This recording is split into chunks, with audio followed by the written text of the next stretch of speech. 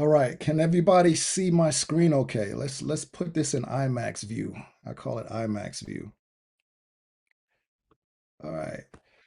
So tonight what I want to do is just take us on a quick journey. I'm going to give you guys always I'm going to give you some information.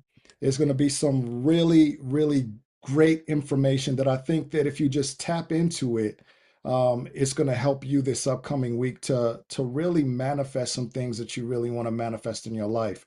And so tonight's topic is being tuned in, right? We're going to focus on thoughts, frequency, and the life that we create because the truth is we are actually creating our life moment by moment. We're creating it, we're building it. And when that reality hit me, it really shifted the way that I spend a lot of my time.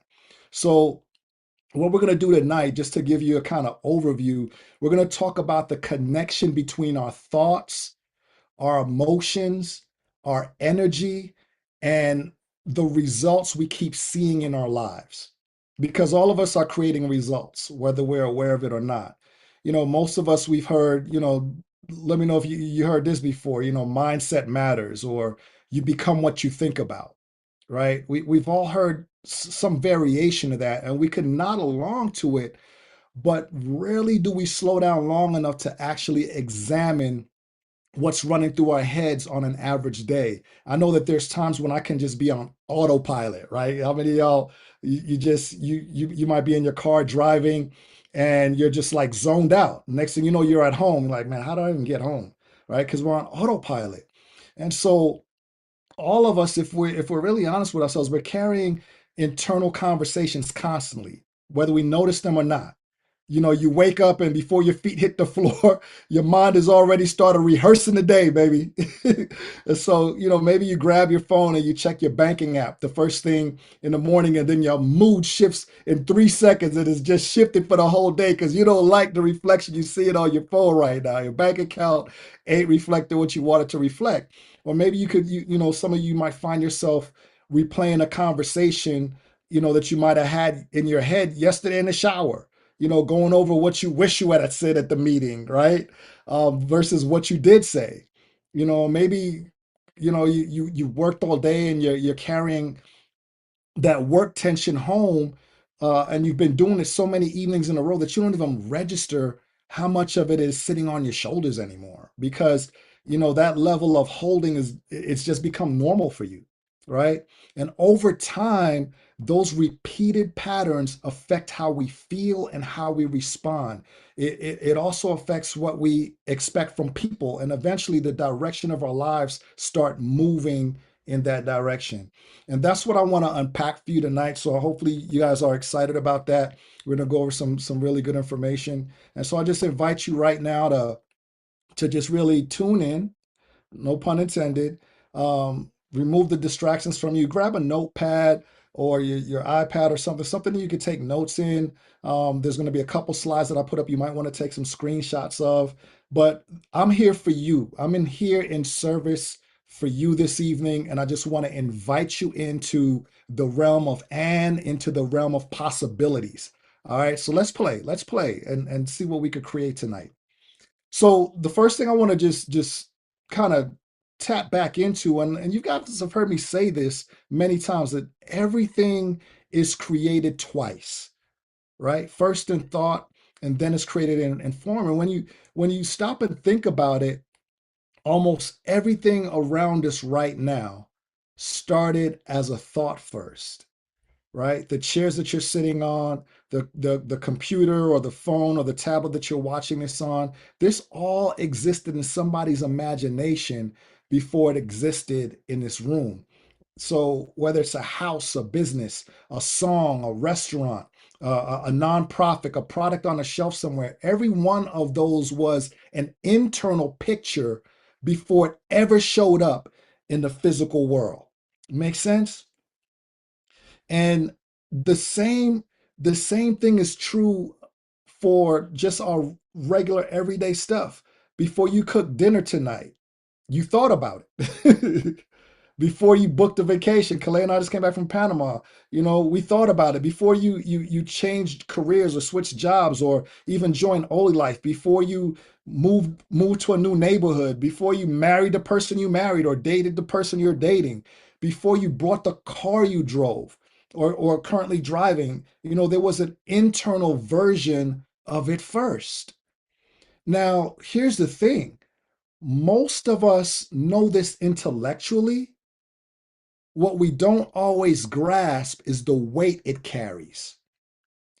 If our repeated thoughts eventually influence our actions and our direction, then what we allow ourselves to mentally rehearse is vitally important.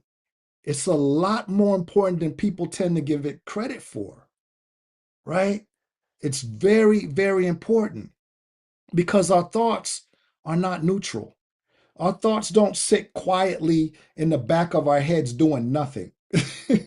They're moving us in a specific direction. So you could think about one stressful situation, and within a few seconds, you could feel your shoulders getting tight. How many of you ever that ever happened to you? You get a text message or an email, and someone just pisses you off, and all of a sudden your neck getting warm.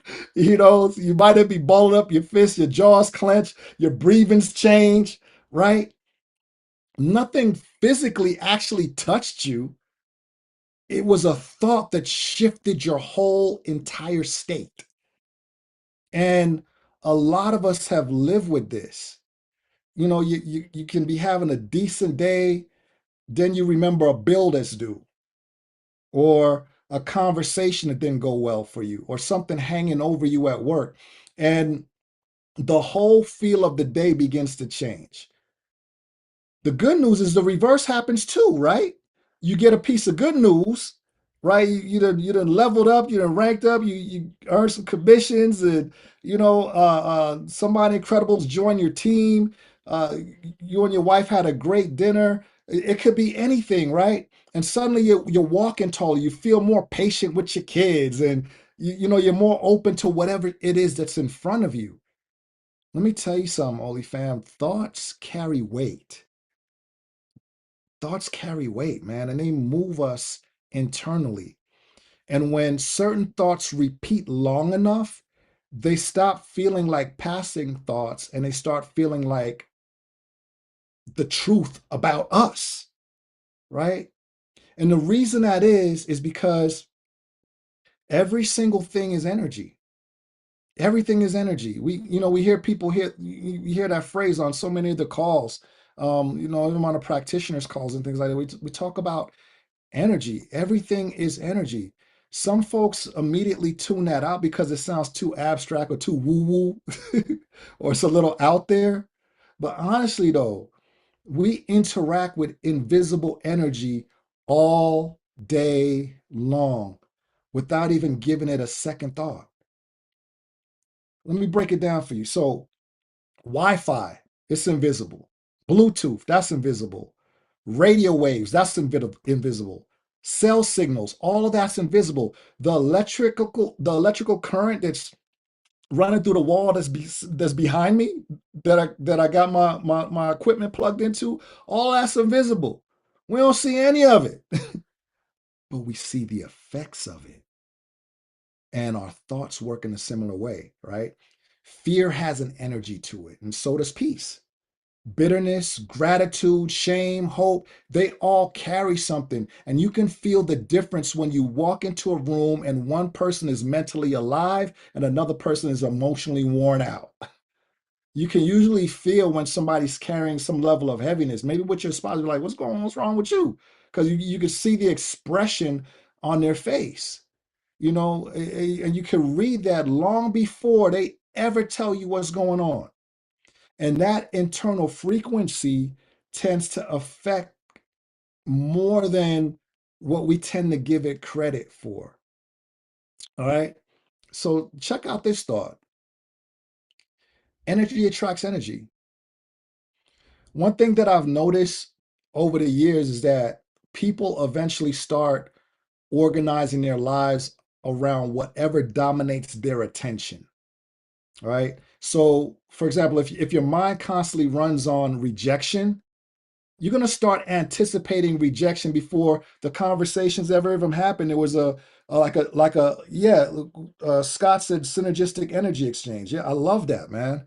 Um, there was this let's call it a documentary years ago. It's probably over 10 years ago. In fact, I think it came out before The Secret came out, and it was called What the Bleep Do We Know?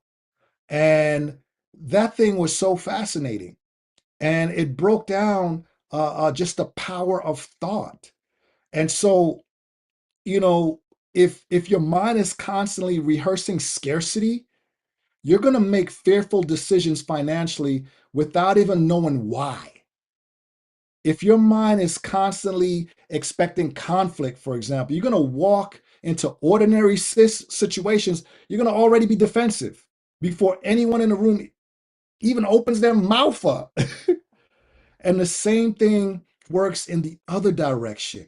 That's what I want you to understand, that the power that you have within you right now, right? When somebody starts to believe that healing is actually possible, that growth is possible, that things can really shift, their decisions slowly begin to change in consort with that thought.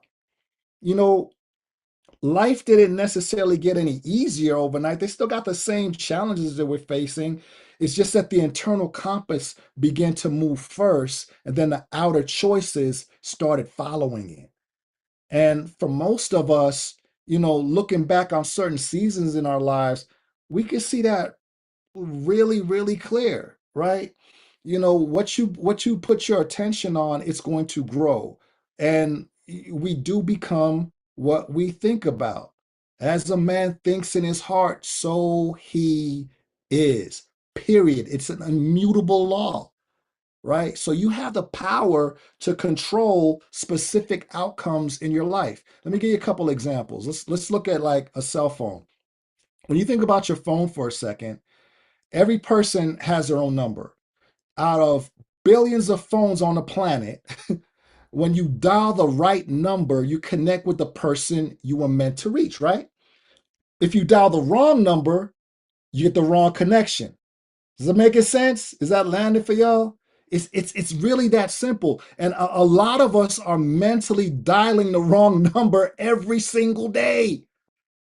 Before the day even gets going, we've already tuned into stress. We've already focused on what's missing in our lives. We've already replaying last night's frustration. We're already anticipating that something's about to go wrong. Then we wonder why our emotional life keeps landing in the same place. Whatever we repeatedly tune into eventually starts shaping what we experience internally. And that's real talk there. I mean, another example is a radio. It's the same idea. If you tuned into sports talk, you're not going to hear jazz. If you got the radio dial set to country, you're not going to hear classical music. The station depends on the frequency you're set to. And we do this mentally without even realizing it. Without even realizing it. You know, there are people who are permanently tuned into negativity. They're constantly tuned into CNN, constantly negative news. That's their favorite station. And then there are people that's tuned into to offense and to fear, to worst case scenarios, 24 hours a day, like a 7-Eleven, man. And you probably met somebody like this. Okay, let's keep it a buck. Some of us probably was like this, right? We had our moments. I look, confession. I've had my moments. And the thing was, it kept getting worse and worse and worse. I went from bad to worse because I was literally creating my life. And then had the audacity to blame everybody else for my results. Come on, let's talk about it tonight. Look, every conversation, no matter how it starts, if you're constantly tuned into negative thoughts, it somehow circles back to what's wrong in your life. Again, you guys probably know somebody that's like that. You ask them how you doing. Same, different day. Really? It's the same? but you're waking up mad. You waking up mad because you're getting the same results. You're verbally saying that it's the same stuff every day. So you're living in a perpetual Groundhog's Day. I don't know how many of y'all ever watched that movie Groundhog's Day, right? And and and the fact is that they're getting the extended director's cut of every stressful thing that's happened that month in their life. That's frequency. Listen, whatever dominates us internally eventually spills out externally. Listen, I don't want to be redundant, but I really want you to get this. So I like explain things in different ways, right? So what I want to dive into next is just yeah, we need what would you say, PMA, positive and positive mind attitude. I love that. I love that. Um, the brain and thought patterns. Let's take a look at this. Now, one of the fascinating things about the brain, and a lot of this stuff I really dug more into when I started learning about PEMF and frequency. In fact, I got my P90, I got my feet on my P90 right now. Calais and I, we took it on the first time we took it traveling with us, man. Put it on our suitcase, and it was great having that thing with me. So one of the things that really intrigued me and fascinated me about the brain is how directly connected our thoughts are to what's happening in the body. Um, I don't know if some of you had suffered from lower back pain. They said when you're suffering from lower back pain, a lot of times if there's no physical injury, a lot of times you're probably stressing over finances, right? And they talk about just how the toxicity of thought finds its way, it's somewhere in your body, in your joints, whether it's your shoulders, your knees, your ankles. It's fascinating how that works, but they say that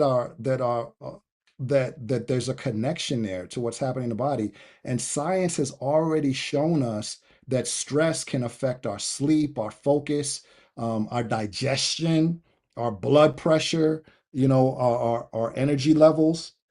Yeah, someone put in the chat, each thought triggers a hormonal response. Yeah, absolutely.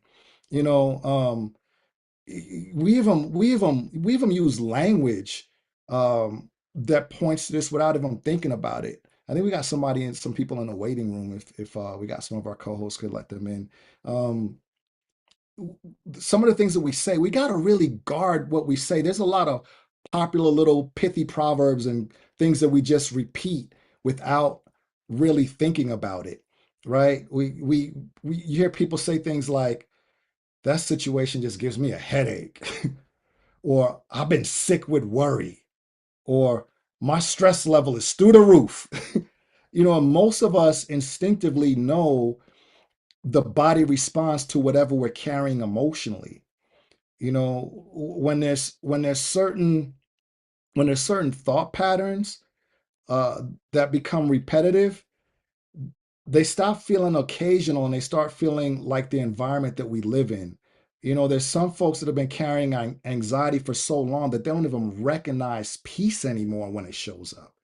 It feels foreign. And so innately they look for situations to make them feel comfortable again because they've grown comfortable with the anxiety, even though it bothers them, because that tension has become that familiar setting. Their thermostat has been set to stress, right? We got two more people in the waiting room, guys. I know because I see them popping up on my screen. So if somebody could let them in, that'll be awesome.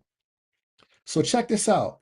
What I want to break down, because typically a lot of people they'll ask me, okay, well, Kwame, um, what about all these random thoughts that pop up into my mind, and how is that affecting me? So let me just clarify a few things for you, right?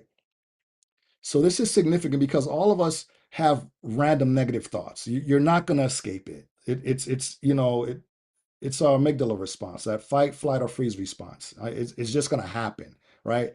Everybody's going to get discouraged. And every last one of us, we're going to have moments of doubt. Everybody gets frustrated and says, something in, internally that they wouldn't want printed on a t-shirt. The issue is, or some of y'all may want to print it on a t-shirt because I've seen some of the interesting t-shirts out there.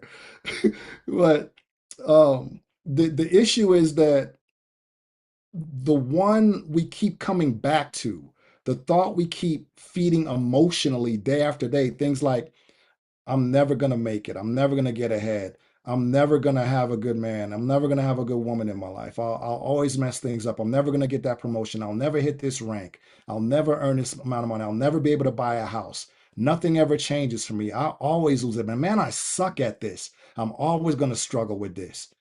You get where I'm going? Um, think of some of the things some of the internal conversations that you've had with yourself. When a thought repeats itself long enough, it starts sounding like fact. They said that a long time ago. That if you repeat a lie long enough, you start to believe it. It'll start feeling like it's factual, even when it isn't. Eventually, we're going to stop questioning it because we've been hearing it internally for years. And that's why it's so important for us to begin to monitor what we're thinking, right? So let's dive into some of the mechanics. So this is where we start really getting practical with this, and I've went over this model with you guys before, but it bears repeating. And this is how I call it the results formula. Our thoughts basically began to affect our feelings affect our actions, and our actions that we take based on our feelings determines our results. And you can see this everywhere. When somebody spends weeks telling themselves, I'm probably going to fail anyway, eventually they stop preparing with any real confidence. And so they'll procrastinate, they hesitate, they wait till the last minute, they avoid putting in the effort because emotionally they've already checked out, man. They've already finished the story before they even started the story.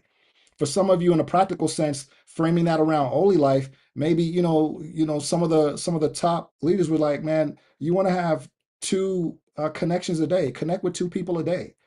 Just expose them to this opportunity, whether it's for their health or whether it's the business side of it. Connect with two people a day, and you might have went into your cell phone and already saw somebody's name and already positioned them and said, they're not going to be interested. They always say no, or they're involved in something else anyway.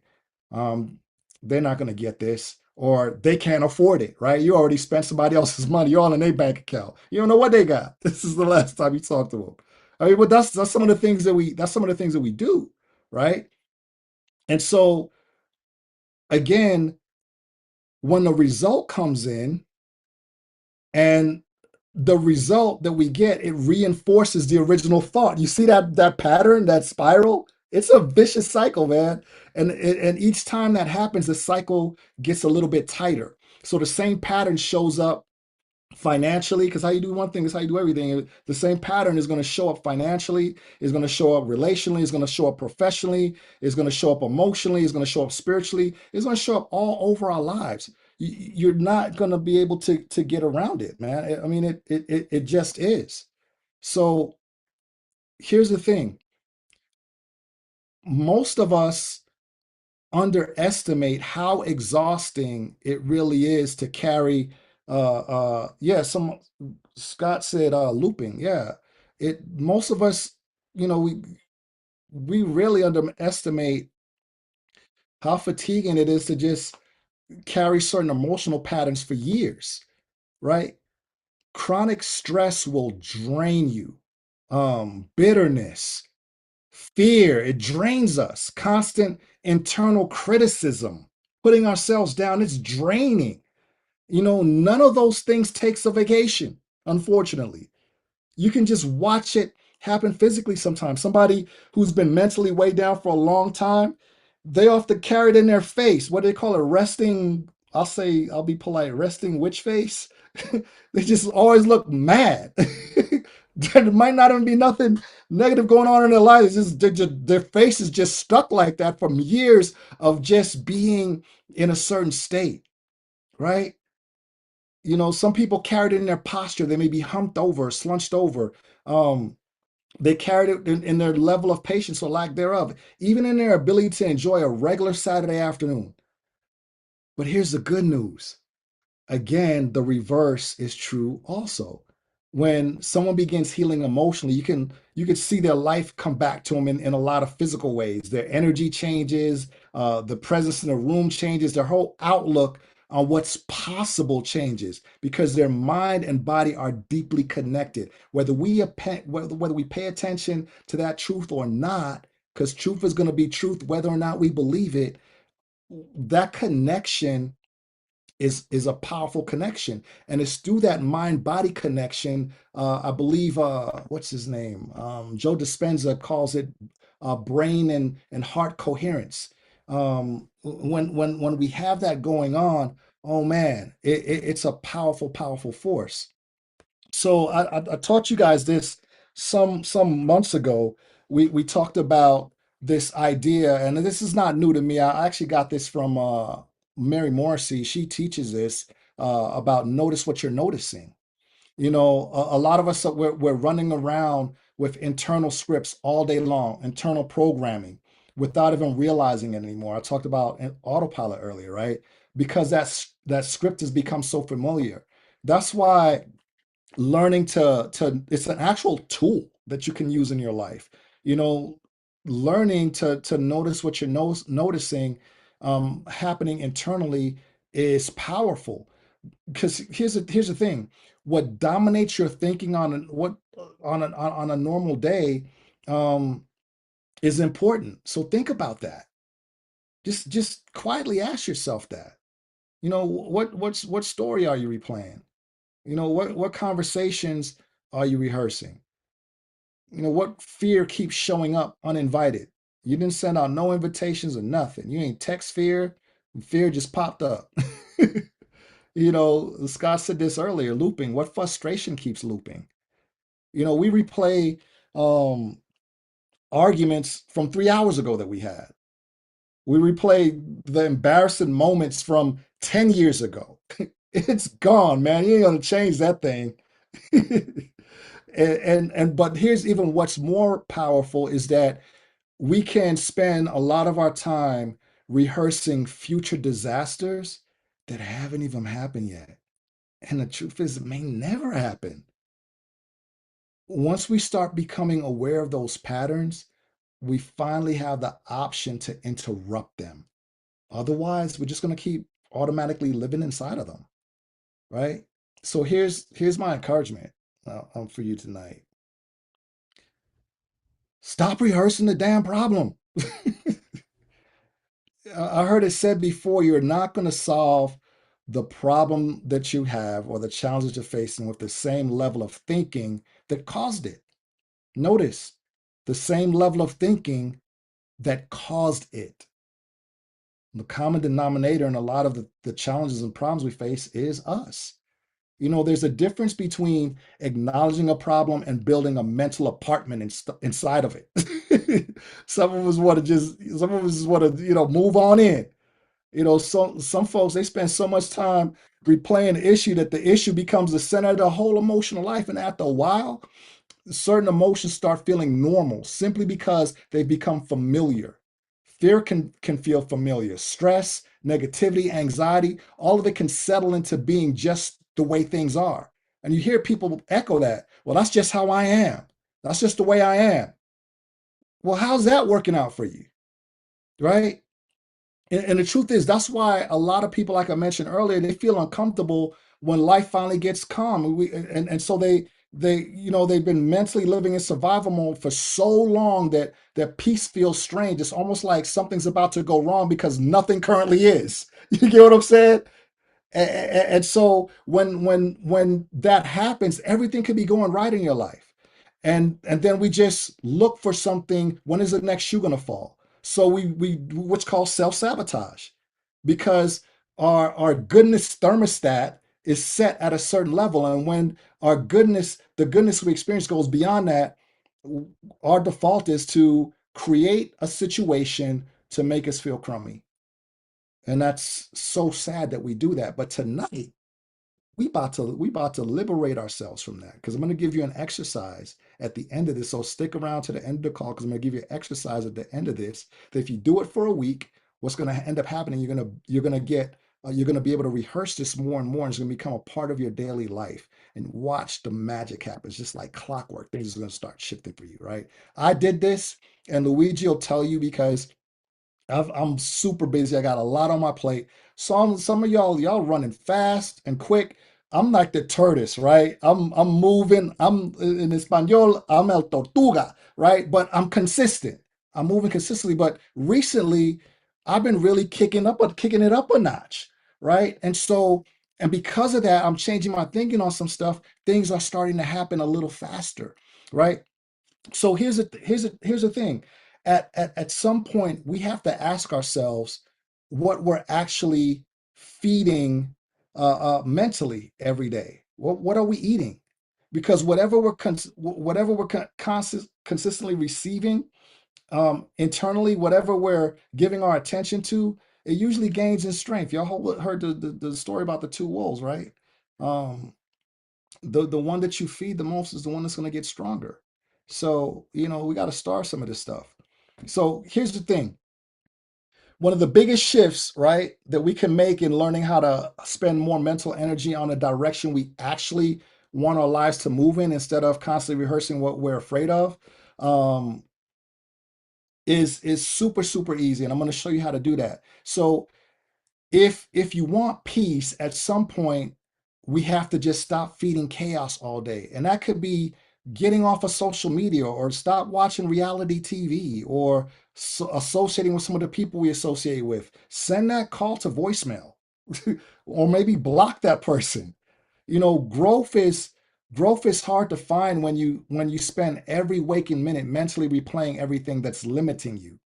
And healing is gonna really show up while you're emotionally reliving the wound every single day, right? Our attention is what shapes our direction. So most of us already know this from our own experience. I'm not telling you guys nothing new, even if we've never really put words to it. And so here's the thing. One thing that trips people up early, and again, I told you guys I'm gonna teach you how to create these new outcomes. So just hanging in with me. I just want to make sure you get this, because it's important. One of the things that trips people up early is that they try to solve every detail before they've even allowed themselves to imagine a possibility. Where are my analyzers at? How many of you are analyzers? Put a one in the chat if you're an analyzer, or you might not even be an analyzer, but you just like you want to plan out every little variable um, before you take off, right? That's what's that? It'll said analysis paralysis. Yeah, absolutely. I used to be that way, and some of us that are perfectionists. I don't know how many of y'all ever battle with perfectionism. Um, you know, I'm a perfectionist, and so sometimes I want to make sure that everything is perfect before I move, right? And that has hindered me so much in my life, and so I had to be aware of that and break through it, right? Some of us, we have internal voice that'll kick in and say, well, how's that even going to happen? How could I afford that? What if I fail? Or what if it doesn't work out? And this happens before the idea even has any room to breathe. It's already been talked out of existence. We talk ourselves out of things, man. It's like God wants to bless us with so many good things, and we talk ourselves out of it. Sometimes, guys, the first step is just getting honest about what kind of life you actually want. I love the money call.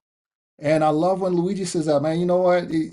Yeah, we all want to be a blessing to people. We want to see people healed. We want to see people have a better life. And we all have our specific whys. But listen, at the end of the day, if you're doing this for a business, it's because you want some level of freedom, right? And whether it's time freedom or money freedom or both, you want that. So sometimes it's just getting honest with what kind of life you actually want. What would you love? Ask yourself that. What would I love? I'm doing a coaching training actually with my wife and my sis, And we're going through a course, a dream builder course that I teach. And that's one of the key questions in the chapter that we're on now is like, what would you love? What would healthier look like for you? What would peaceful look like for you?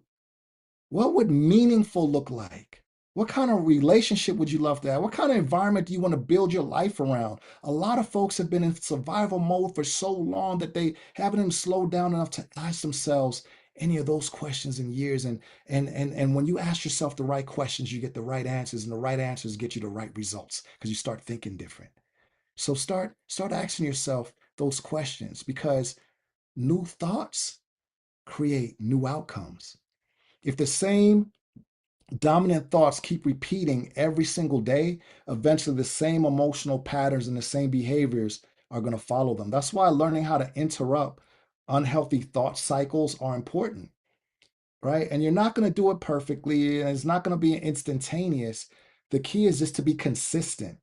And the more that you do it, it becomes second nature to you. So little by little, we can just start shifting what dominates our internal conversations. And over enough time, those shifts, those small shifts, it'll affect our confidence, our decisions, our level of discipline, our relationships, our expectations, our perspective.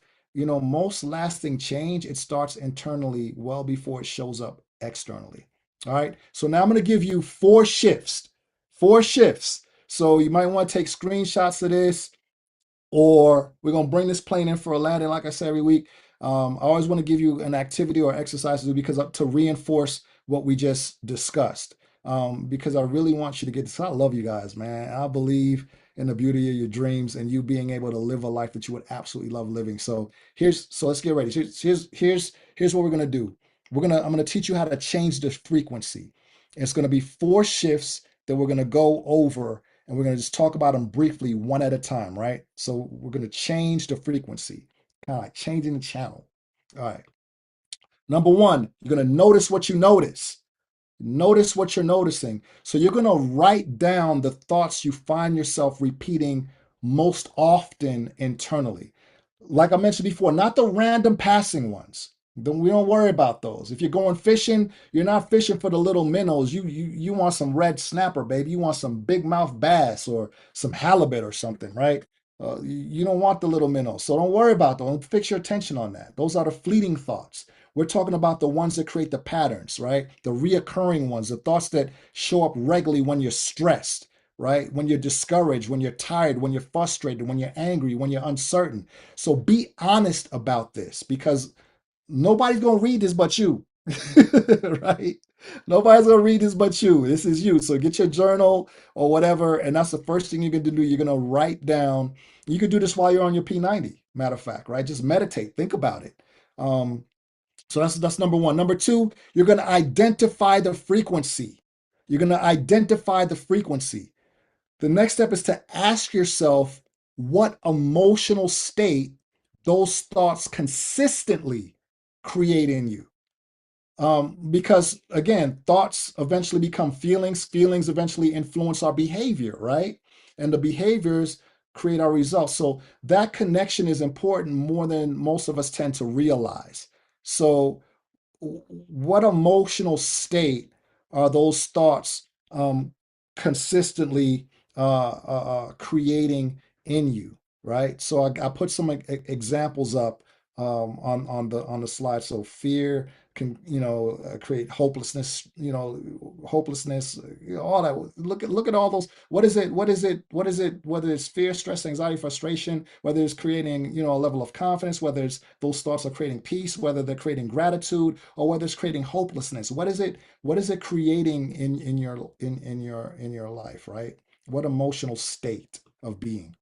Okay, number three, the third shift.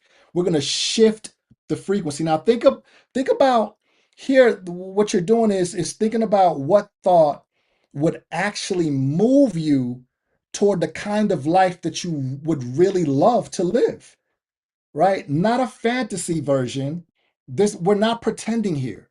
This is really this is about you, not your wife, your husband, your significant other, your friend, your mom, your dad. This is all about you. right? So we're not talking fantasy version. We're not doing make believe Mr. Rogers' Neighborhood pretending. Um, we're just talking a healthy internal direction. So maybe it sounds like this. I'm learning how to make better decisions. This season won't last forever. I can grow through this. Each day I'm getting stronger and stronger. Each day I'm getting closer to my dreams, right? So those small internal shifts can create larger changes over time, right? And that more than you would even expect them to. All right. Now, last one is number 4. Write your new frequency.